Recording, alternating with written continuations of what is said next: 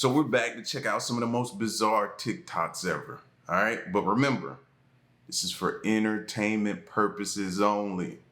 Let's check it out.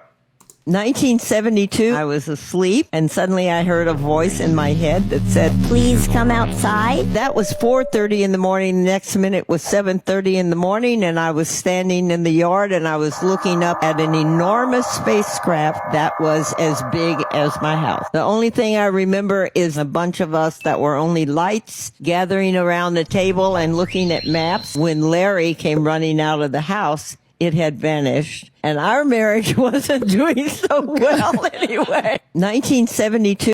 I wonder, how was it doing after that?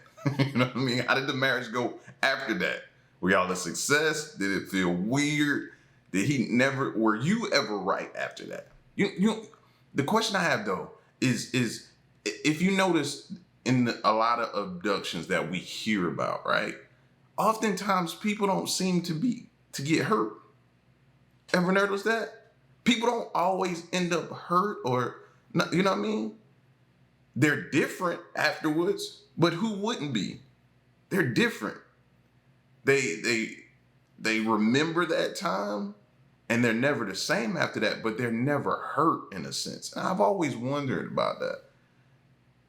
So when we have the conversation about, whether they'll be friendly or whether or not, so far in the abductions we're not hearing them being, doing anything to us that we know of. Now, mentally, what they could be implanting, stuff like that, but I'm just talking about from a physical standpoint. It's not like you're losing a limb or, something's happening or you pass away, you transition.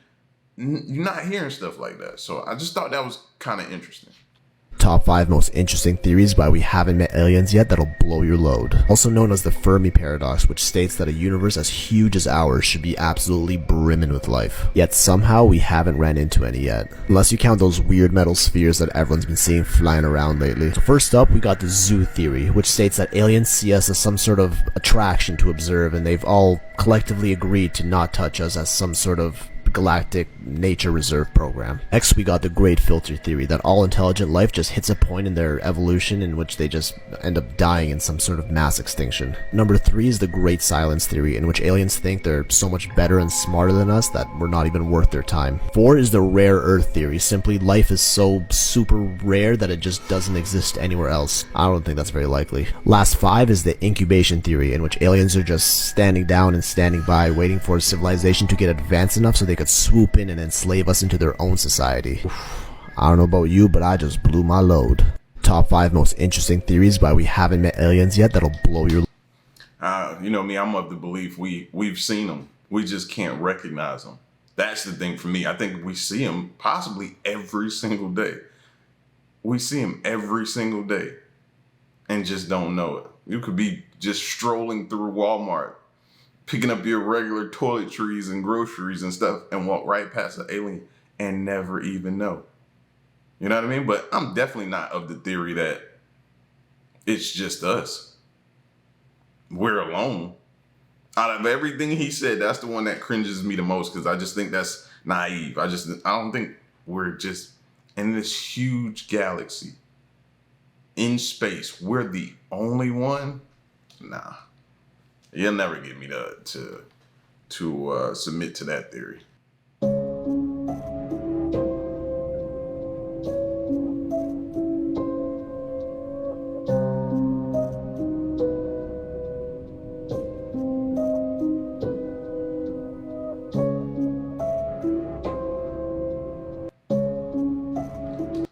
I ain't gonna lie, that looked like the pyramid. Matter of fact, I'm mad I even looked into the eye. I should have just went to the next video and not even looked in the eye of that. Why did I even do that? But since y'all did it with me, at least we all gonna be together wherever we're going. You know what I mean? But when I looked into the eye, it kind of looked like a pyramid. Look at that, my eye's starting to water now. Yeah, something ain't right. It looked like a pyramid though, inside of the eye. I don't know. I don't know what's going on there, but it's something weird. Something weird. We need to just leave it alone. Let's move on. Let's move on. There's a woman up in I want to say Juneau, Or no. What's the Nome, Alaska?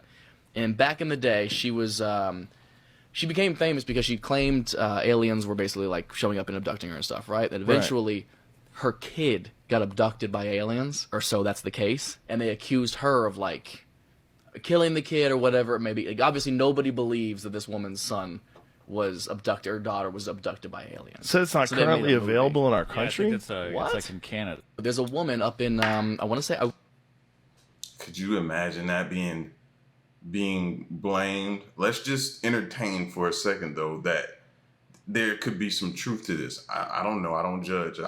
There's no way for us to know. You know what I'm saying? Some people are sitting back like, come on, man. Like, no, I'm just saying.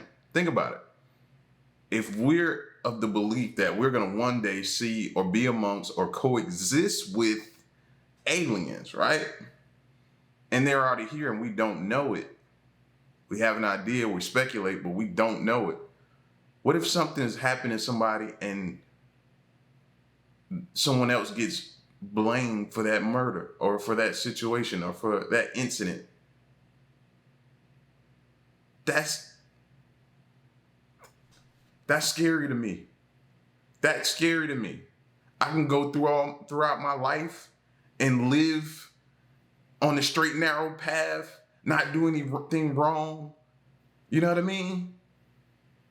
Not break the rules of the law. And then one day I'm framed by a paranormal or extraterrestrial being. That's scary to even think. I don't even think that thought ever entered into my mind until now. Hearing, is that Matt Rife, correct? I think that's his name. He's a comedian. But hearing him say that, yeah. Now, don't get me wrong. I know there's some crazy people out there that'll do some heinous stuff and then try to blame it on something like that. True indeed. But just the thought of that possibly happening is beyond belief.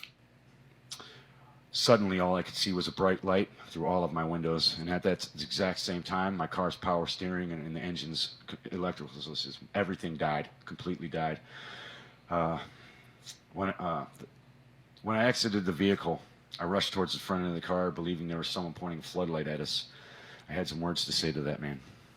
I stepped through a thick field of white plasma that encompassed the spheroid craft.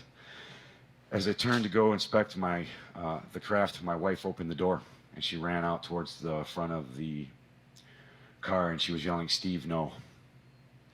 She was instantaneously locked in place in a bright white field of plasma. As I looked at her, I thought to myself, it's okay, she's in stasis lock. That plasma enveloped her body with about 6 inches. I heard a female voice calmly state, felt like it was in my head, said, "She is in stasis lock." It was a confirmation. Thank you, Dr. Greer. Relieved that she was safe, I started approaching the craft for further inspection. The craft and the car were nose to nose at a 90-degree formation. If you looked at it from a bird's eye view, it would be in an L shape, nose to nose. The craft was, there was a plasma field emitting approximately 12 inches off of the craft inside this white plasma field. The craft seemed about approximately 23 feet long. I stepped forward with my left hand extending and slightly reaching out to it. The craft responded to my movement. This startled me slightly, but I took it and stood still, just in case. By moving back and pivoting the nose away from my hand like a cat or a boxer, and it felt like a cat to me.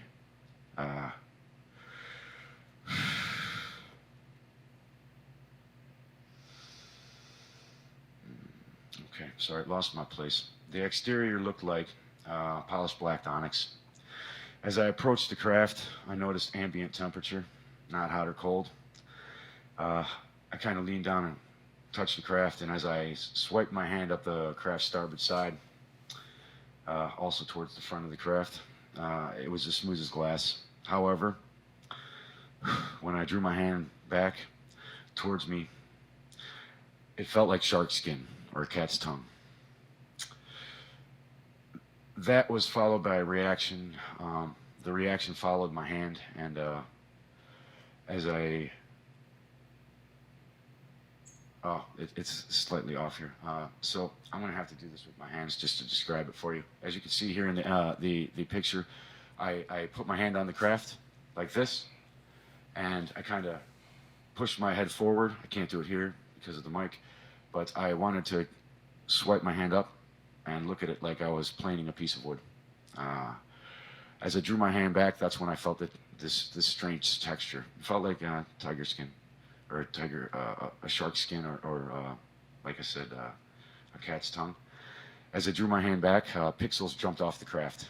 They were like micro shavings. I would call it. They resembled graphene or magnetite shavings and nano-sized particles. As I did that, and as I swiped up first, I guess to get back to that, as I swiped up, the craft emitted a tiger stripe pattern up the starboard side of the craft.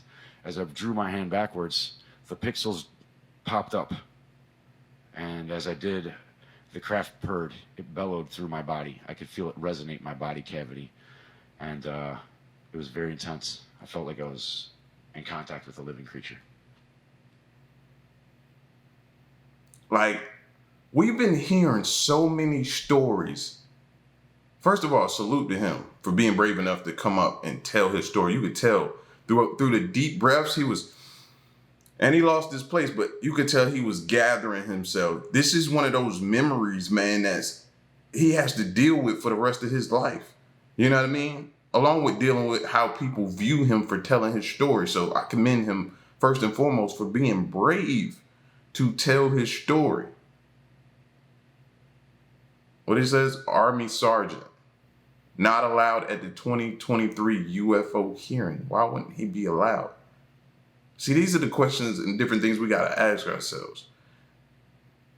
I wish it was like a location where we could go and listen to all of the stories like his.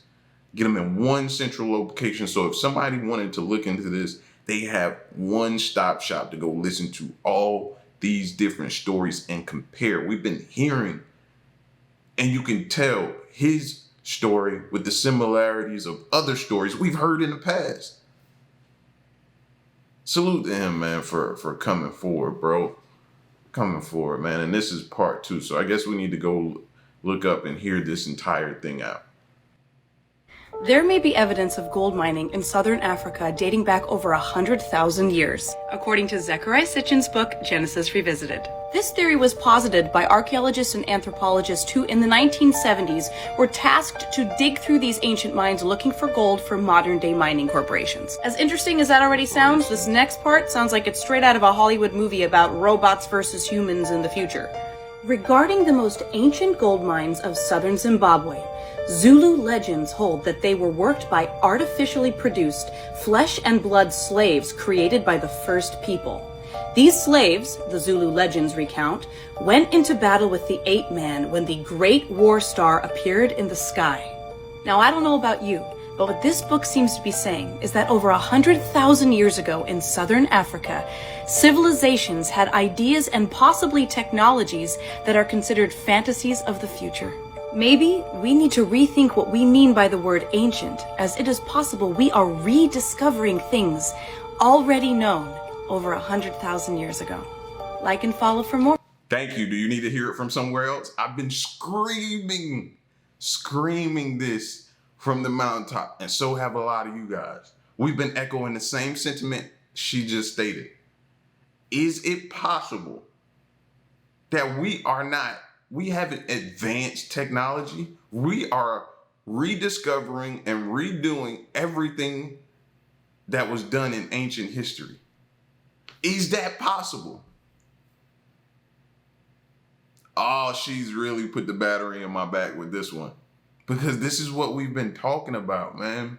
When we look back at a lot of things, we see things like I made a mention the other day when Joe Rogan was talking about one of the ancient carvings and stuff he was showing on walls and stuff.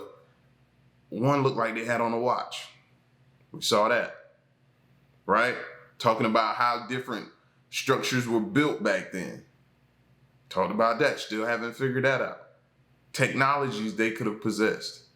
Stonehenge, what was that? Like a lot of different things we could be they once had, I think we found like a computer piece of technology they had, and we still haven't figured out what it is yet, right?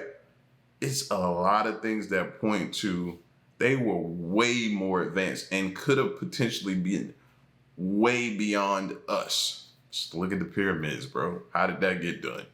We still ain't figured that out yet. But they did it. Not only did they construct the plan to design it, they did it. They did, and we still haven't figured it out yet. So I'm of the belief, man. I am of the belief they were way more advanced, possibly well ahead of us. They were light years possibly ahead of us, man. So there's a story that was shared to me by John Yale Tenney. He's a really amazing investigator. These two sisters inherited a house from their grandmother. They were touring the house after the passing of their grandmother. When she was touring the house, she looked into the parlor and saw an apparition of a younger woman dressing two younger daughters in winter coats. And when they saw her, they screamed and disappeared. She then calls on John to come and investigate. And John does an investigation of the location, does an investigation of the property where the house was built. Couldn't find anything until the sister tells him, hey, my sister told me this story that I completely forgot when I was young. We were getting ready in that same parlor with my grandmother. It was my sister and I. We were very young. We were putting our winter coats and we saw this woman come in through our hallway and she looked at us and screamed and we looked at her and screamed. This woman, old enough, was looking at her younger self, and her younger self was looking at her older self. What the heck? What we think is demonic or ghost, we really don't know. So there's a story. That's true. So true. We don't know. We've been conditioned to think bad because if you grew up like me, I watched a lot of horror movies or a lot of alien sci-fi type movies and stuff like that. So you're conditioned to think bad, or you're conditioned to think scary, or you're conditioned to think paranoid. You're thinking when you see these apparitions or different silhouettes of ghosts, or you see things on the screen or people show you experiences they've had, you think negative, you think bad. We're conditioned that way. What if we're looking at some kind of, I don't know, time which doesn't exist? So you're seeing maybe your older self, your future self, or you're seeing someone else's past or future self, or we don't know. All we know is what we're conditioned to think of it as. That's why now when we look at things, we got to be like, I don't care what you say though, still some of this stuff still creeps me out. So that's probably not going to change. We've been conditioned so long that it's going to be hard to break that and see something. If the light starts flickering here, me not to get nervous and be like, yo, what is that? What am I dealing with? You know what I mean? A room gets cold, you automatically start thinking of death or something around that. Or you shut your light off and you see some kind of shadow move and you turn the light on and you don't see it, you think something negative. We're conditioned that way, but I don't know, man. What do we really think about some of these quote unquote hauntings? Maybe someone's trying to reach out to us from the other side, or like she said, or anybody else has possibly said, we could be looking at ourselves, some forms of ourselves. Interesting. One of the biggest coincidences happened to me yesterday, and I still haven't quite processed it yet, but I'm sitting here trying to, so I'm gonna explain what happened. So yesterday I drove from Colorado to Utah. It was like an 8-hour drive, and about 6 hours in, my dog and I stopped at a Love's gas station because usually they have dog parks there. So we stopped. Sure enough, there's a dog park. It's dark out. There's really not a lot of people at this gas station apart from truckers, and there's one other dog in the dog park. So I put my dog in the other section because I didn't know if the dog was friendly or not. I love Love's, man. When I used to be a trucker, bro, that was one of my favorite places to stop. They got showers. They got, you know what I mean, the restaurants on the inside that you can get your food at, parking for us to park at, sleep overnight, different things like that, get your fuel. You know what I mean? Everything. Love's was the one-stop shop. I love Love's. Let's keep going. But she was, and soon enough her owner came out. She had an RV parked next to the dog park, and she came out and we started talking. We started talking about our dogs and where we rescued them from and their personalities and all that, and they were playing, and she goes, oh yeah, my dog's, she's such a spaz, she's such a Leo like me. And I was like, I'm a Leo too. Like, that's crazy. And she was like, no way, when's your birthday? And I said, August 16th. And she goes, that's my birthday. It gets crazier. I was like, no way. And she like pulled out her driver's license. She was like, yeah, that's my birthday. And I was like, what are the chances? What are the odds that we meet at this gas station? We have the same birthdays. Our dogs like have like the same personality. It was weird, right? I then go on to say, oh yeah, my boyfriend's a Leo too. Like, I happen to meet a lot of Leos. And she goes, my boyfriend's a Leo. And I go, when's your boyfriend's birthday? And she goes, August 19th. And I said, that's my boyfriend's birthday. What are the chances that I meet this girl who has the same birthday as me, her boyfriend has the same birthday as my boyfriend, and we keep talking, and then she goes on to tell me that her son is also a Leo, and he's been in jail for a long time. She hasn't seen him since he was 17 when he went to jail, right?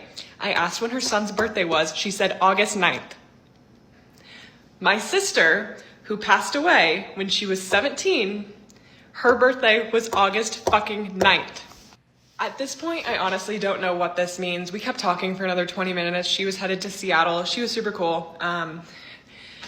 But I feel like there's more meaning behind it, and I have no idea what that is, but it shook me to my core. Like, I was sitting in my car driving the rest of the night, like, shaking, because what the fuck?